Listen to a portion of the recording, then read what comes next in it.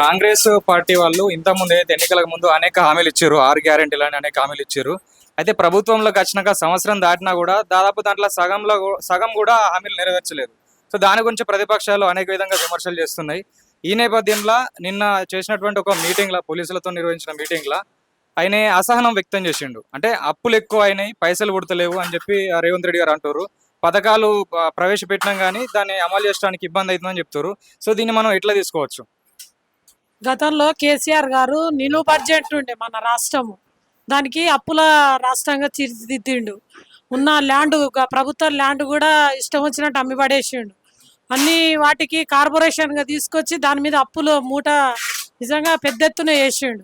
ఎక్కడ చూసినా ఖాళీ కుండలే ఉన్నాయి తప్ప ఎక్కడ కూడా నిలువు బడ్జెట్ అనేది ఎక్కడ కూడా పెట్టిపోలేదు. అన్ని అప్పులు దాని వడ్డీ కట్టలేకపోతున్నారు. అయినా తలకు మించిన భారం ఉన్నప్పటికీ కూడా ఇలా 200 యూనిట్లు కూడా తిరిగి ఇవ్వడం జరుగుతుంది. ఆ రోజు మేనిఫెస్టోలో పెట్టడం జరిగింది. ఎలక్షన్లలో కూడా ప్రచారం చేసినట్టు 200 యూనిట్లు కూడా ఫ్రీగా ఇవ్వడం జరుగుతుంది. అదేవిధంగా గ్యాస్ మీద కూడా సబ్సిడీ కూడా ఇవ్వడం జరుగుతుంది. వాళ్ళకు అకౌంట్లో పడుతున్నాయి డబ్బులు. అప్పుడు నెల నెలకు పెన్షన్ ఏ విధంగా వస్తుందో ఆ విధంగా కరెంట్ బిల్లులు కట్టేవాళ్ళు ఊర్లల్లో. ఇప్పుడు 200 యూనిట్లు ఫ్రీ. అదేవిధంగా సన్న బియ్యము ఇవన్నీ కూడా మంచిగున్నాయి పథకాలు. బస్సు కూడా మహిళలకు ఎక్కడంటే అక్కడ ఫ్రీగా పోవడం కూడా జరుగుతుంది రూపాయి లేకుండా.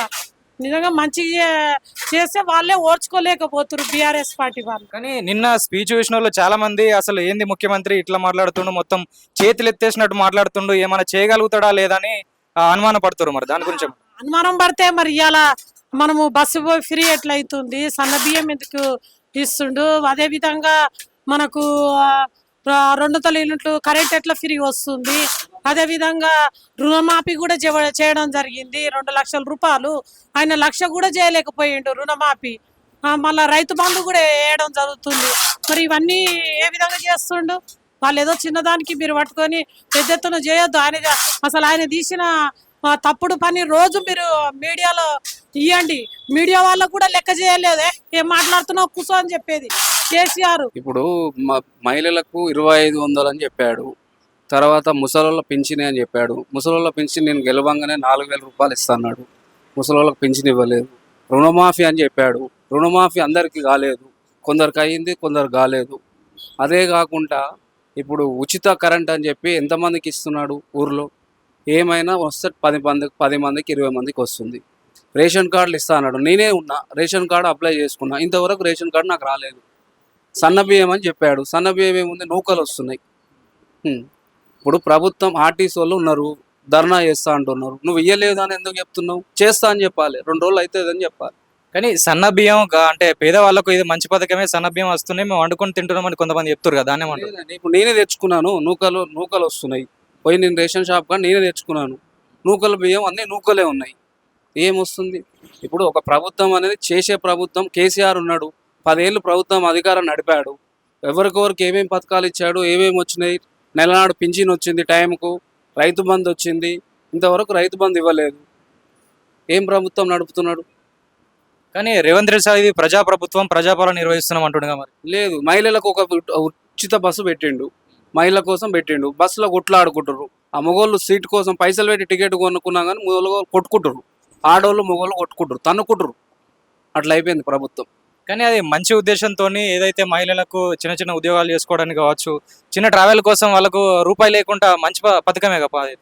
మహిళలే వద్దంటున్నారు కదండి. ఒక రాజు వీడియో ఉన్నాయి చూస్తున్నారు కదా, న్యూస్లో వస్తుంది, దాంట్లో సోషల్ మీడియాలో వస్తుంది. మహిళలే చెప్తున్నారు ఉచిత బస్సు ఎందుకు పెట్టిర్రు, అవసరంగా పెట్టిర్రు, మేమే కొట్టుకొని చేస్తున్నాము.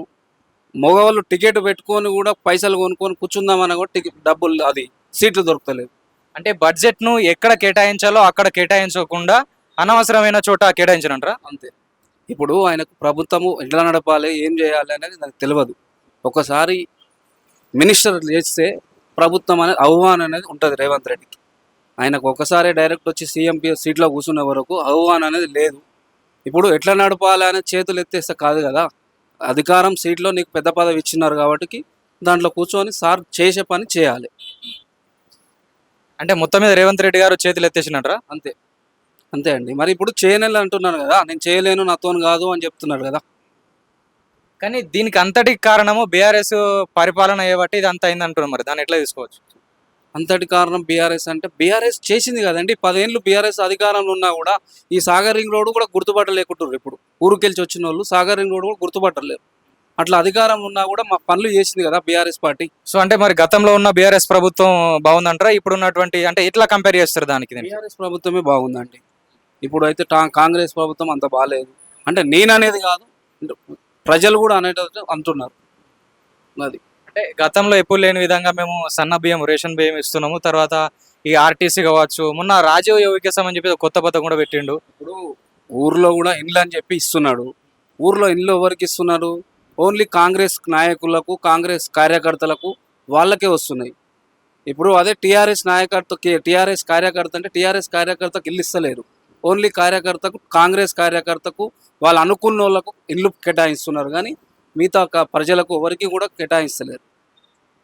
కానీ మీటింగ్లో అయితే మరి మొత్తం చెక్ చేసిన తర్వాత లబ్ధిదారులకు మాత్రమే ఎవరికైతే ఇవ్వాల్సిన అవసరం ఉందో వాళ్ళకే ఇస్తామని మీటింగ్లో చెప్తారు కదా మరి? లేదండి, ఇప్పుడు మేము కూడా మా ఊరు ఉంది, మా విలేజ్ సరంపేట విలేజ్, మరి కూడా మండలము. మా విలేజ్లో ఓన్లీ సరంపేట విలేజ్లో కాంగ్రెస్ కార్యకర్తలకే ఇల్లు కేటాయించారు. ఒక ఆమె గుడిసె ఉంది, ఆమె కేటాయించవచ్చు కదా. ఆమెకు అధికారం సరే ఏ పార్టీ అని ఉండొచ్చు, ఆమెకు ఇవ్వలేదు ఇంతవరకు. అట్లా ఇప్పుడు ప్రభుత్వం అనేది చేసే పని అనేది రేషన్ కార్డు నేను అప్లై చేసుకొని 3 నెలలు 4 నెలలు అవుతుంది. ప్రజా దర్బార్ అని పెట్టిండు. రేషన్ కార్డు అప్లై చేసుకొని దగ్గర 3 నెలలు 4 నెలలు అవుతుంది. ఇంతవరకు రేషన్ కార్డు నాకు రాలేదు. బీఆర్ఎస్ పాలన 10 సంవత్సరాలు గడిచిన తర్వాత కాంగ్రెస్కు పట్టం కట్టారు ప్రజలు. అయితే మొన్న వరంగల్ సభ నిర్వహిస్తే బీఆర్ఎస్ సభకు కొన్ని లక్షల మంది వేయరు. దీన్ని ఎట్లా చూడొచ్చు మనం? చాలా బాగుంది, చాలా రెస్పాన్స్ వచ్చింది, చాలా బాగుంది. ప్రజలు కూడా చాలా స్పందించిండ్రు, చాలా మంచిగా ఉంది. సభ గ్రాండ్ సక్సెస్ అయింది. కానీ ఈ స్థాయిలో ప్రజలు ఓడడానికి కారణం ఏమంటారు? అంటే ప్రభుత్వం పైన వ్యతిరేకం ఉంది, అటుపక్క వెళ్తున్నారు అంటారా, లేకపోతే ఎట్లా అంటారు? ప్రభుత్వం టీఆర్ఎస్ ప్రభుత్వం చూపిస్తున్నది. ఇప్పటికిప్పుడు ఎలక్షన్లు వచ్చినా కూడా టీఆర్ఎస్ గెలుస్తుంది. రేపు కార్పొరేట్ ఎలక్షన్స్ ఉన్నా కూడా టీఆర్ఎస్ ప్రభుత్వమే ముందంజలో ఉంటుంది. కానీ ఇప్పట్లో ఎన్నికలు రావు, వాళ్ళందరూ మభ్యపెట్టే ప్రయత్నం చేస్తారు అని రేవంత్ రెడ్డి అంటారు. సరే, సార్కు ఎప్పుడు వచ్చినా కూడా రేపు కార్పొరేట్ ఎలక్షన్స్ అయితే వస్తాయి కదా. రేపు ముందంచెలో టీఆర్ఎస్ఏ ఉంటుంది కదా, చూస్తారు కదా సార్ కూడా.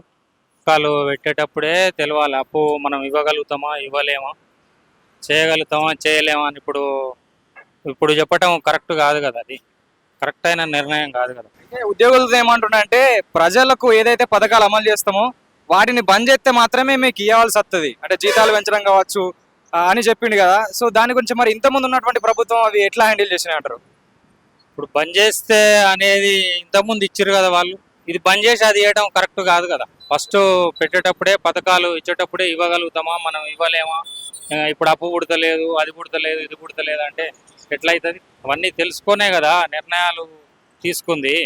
అయితే ఈ మధ్య కాలంలో ఏ మీటింగ్ నిర్వహించినా కానీ రేవంత్ రెడ్డి గారు గత ప్రభుత్వం మీద విమర్శలు చేస్తూ వాళ్ళు కోట్ల అప్పులు చేసిపోయారు, ఇప్పుడు మొత్తం అప్పులు ఉన్నాయి, అవి తీర్చడానికి మాకు టైం పడుతుందని చెప్తారు. దీన్ని ఎట్లా చూడొచ్చు అంటారు మరి? అప్పులు ఉన్నాయని తెలిసే కదా, అందరికీ తెలిసే కదా, ప్రజలకు తెలుసు, ప్రభుత్వానికి తెలుసు, వాళ్ళకు తెలుసు, వీళ్ళకి తెలుసు, అందరికి తెలుసు అప్పులు ఉన్నాయని తెలిసే. అప్పులు ఉన్నాయని తెలిసినా ఇచ్చిండు కదా తను, అప్పులు తెచ్చిండు, ఇవ్వగలిగిండు. ఇప్పుడు ఈయన కూడా ఏదో ఒకటి చేయాలి, నిర్ణయం తీసుకోవాలి. కానీ అప్పు పుడతలేదు అవి అనటం కరెక్ట్ కాదు కదా.